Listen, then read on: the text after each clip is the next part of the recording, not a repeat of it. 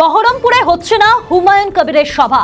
22শে ডিসেম্বরে নতুন দল ঘোষণা। আগামী 22শে ডিসেম্বর বহরমপুরে সভা করার কথা থাকলেও শেষ মুহূর্তে তা হচ্ছে না বলে জানালেন সদ্য তৃণমূল ত্যাগী নেতা হুমায়ুন কবির। তবে ওই দিনেই লক্ষ লক্ষ মানুষের উপস্থিতিতে নতুন দলের নাম ঘোষণার বিষয়ে তিনি অনড়। তার অভিযোগ, সভা বানচাল করতে চক্রান্ত করেছে তৃণমূল, যার নেপথ্যে রয়েছেন বহরমপুর সাংগঠনিক জেলা তৃণমূলের সভাপতি অপূর্ব সরকার। জানা গিয়েছে 22শে ডিসেম্বর বহরমপুরে একটি জনসভা থেকে নিজের নতুন রাজনৈতিক দলের ঘোষণা করার কথা ছিল হুমায়ুন কবিরের, কিন্তু এদিন সাংবাদিকদের মুখোমুখি হয়ে তিনি জানান, আমার সভা যাতে না হয় তার জন্য তৃণমূলের পক্ষ থেকে চক্রান্ত করা হচ্ছে। এই প্রসঙ্গে তিনি সরাসরি অপূর্ব সরকারের দিকে অভিযোগের আঙুল তুলে তীব্র আক্রমণ শানান। জটিলতা কিছু নেই, আপাতত দৃষ্টিতে আমি তো প্রায় 20 দিন আগে বলেছিলাম যে 22শে ডিসেম্বর বহরমপুর টেক্সটাইল মোড়ে আমি একটা আমার যে রাজনৈতিক দল খুলছি নতুন করে, সেই দলের সাধারণ মানুষকে সামনে রেখে সাধারণ মানুষকে জমায়েত করে আমি এই সভাটা করব। সাধারণ মানুষকে সামনে রেখে দলটা আমি ঘোষণা করব। এখন জানতে পারা যাচ্ছে প্রশাসনের আধিকারিকদের সঙ্গে কাল রাত্রে যোগাযোগ করার পর জানা যাচ্ছে যে আমাদের শাসক দলের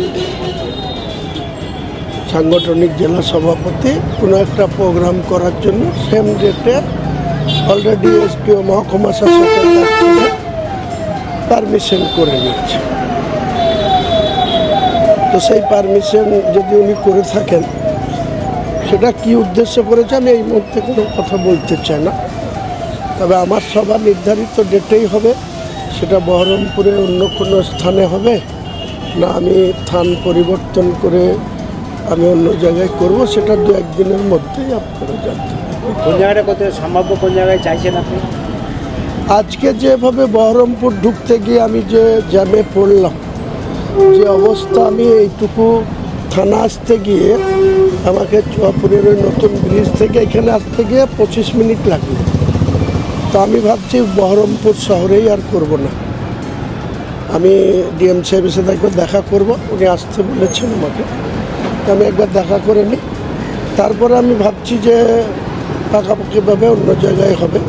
আমি যতক্ষণ পর্যন্ত যে জায়গা তার এনওসি না নেব ততক্ষণ পর্যন্ত আপনাকে ওপেন করছি না, কিন্তু যেখানেই হবে সেটা অনেক বড় জায়গায় হবে এবং বড় ধরনের জমায়েত হবে। আমি ভেবেছিলাম 50,000, তারপরে ভেবেছিলাম 1 লাখ, তারপরে ভেবেছিলাম 2 লাখ। আজকের দিনে যা পরিস্থিতি, যেভাবে গোটা জেলা থেকে জেলার বাইরে থেকে আসবার জন্য আমাকে বারবার বলছে, তাতে আমার মনে হয় যদি 6 ডিসেম্বর প্রশাসনের যে খবর ছিল তার 10 গুণ লোক বেশি হয়েছিল। একইভাবে ওদিনকে মানে মানুষের কত মানুষ উপস্থিত হবে সেদিন ছাড়া এটাকে মানে আমাদের ভিডিও ভালো লাগলে লাইক ও শেয়ার করুন, কমেন্ট সেকশনে আপনাদের মতামত জানান। আরও ভিডিও পেতে আমাদের চ্যানেলটিকে সাবস্ক্রাইব করুন এবং প্রতি মুহূর্তে খবরের আপডেট পেতে প্রেস করুন বেল আইকন।